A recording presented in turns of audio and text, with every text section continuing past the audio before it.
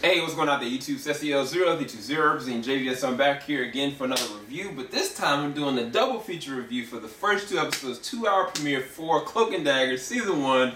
What did I think about it?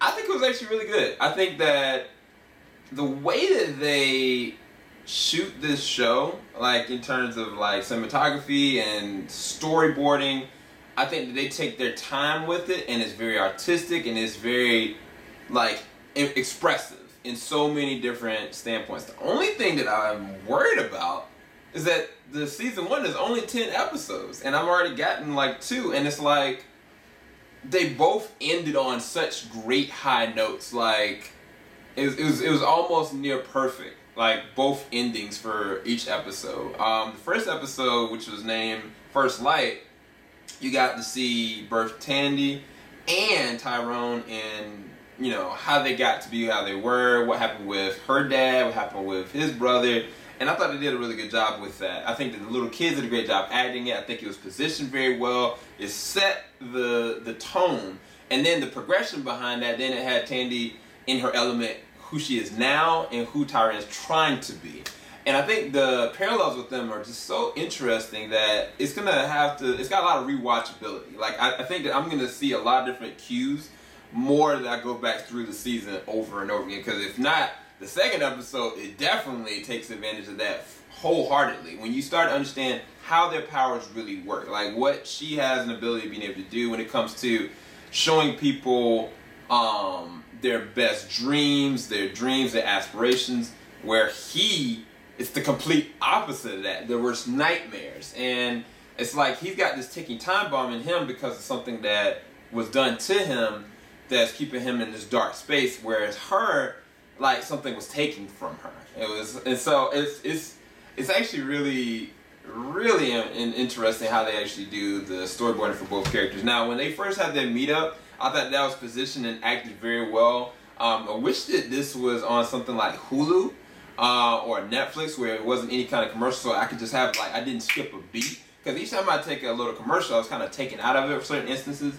But as far as the first episode, with the way that they actually meet, who they realize who each other are, and then the way that it actually ends with Tandy doing what she did to that boy, and you're not knowing what she really did.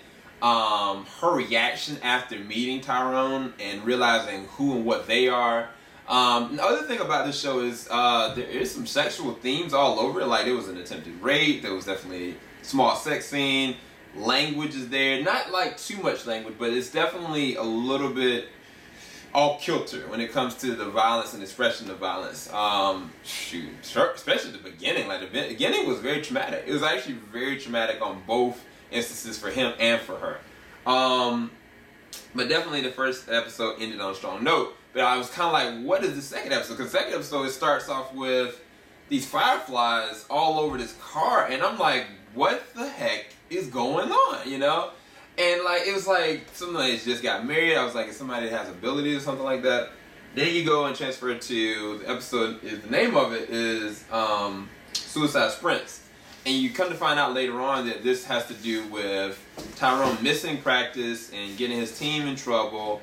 But then I think I like the fact that him talking with this priest about his problem, and the priest being his psychologist. Candy had another moment like that with this other girl that was a psychologist, and I thought that was really interesting, the suggestion the girl gave her, even though it wouldn't work for her. But the other thing about it is what Tandy's mom did. Like, I was like, no, why did you do that? Going and calling back to the first episode, the very end, where you get to see that, you know, he kept her shoe, she kept his jacket, that's his brother's.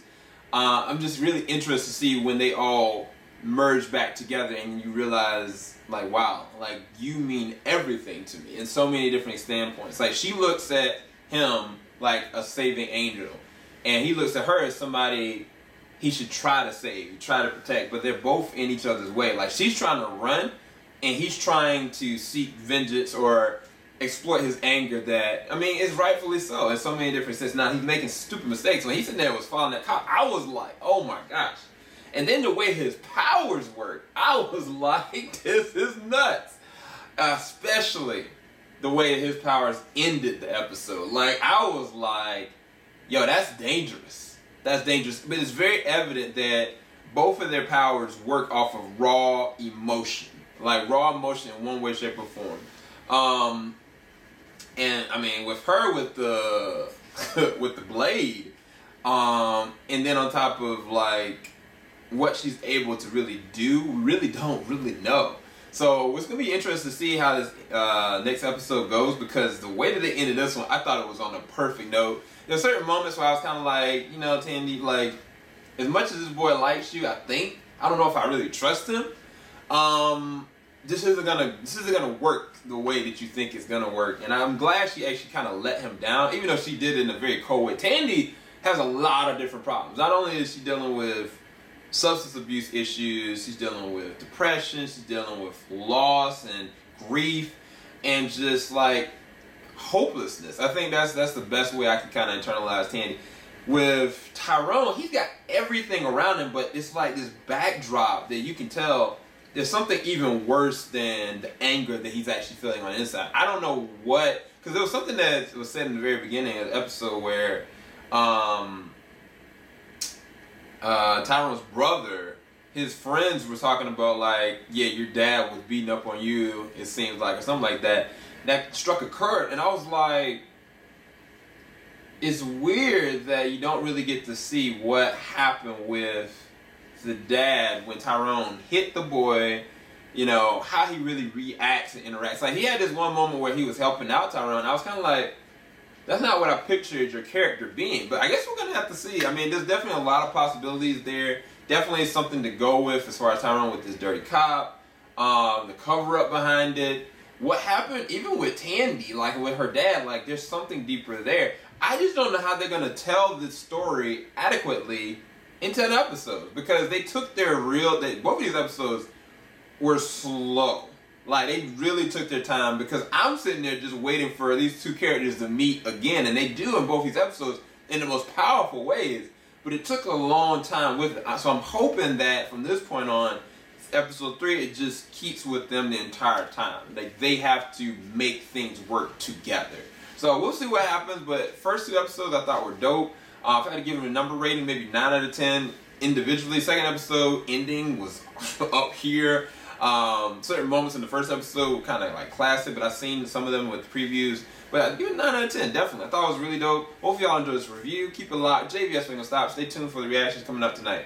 Peace, guys. Oh, and the Patreon full reaction coming out tomorrow. All right.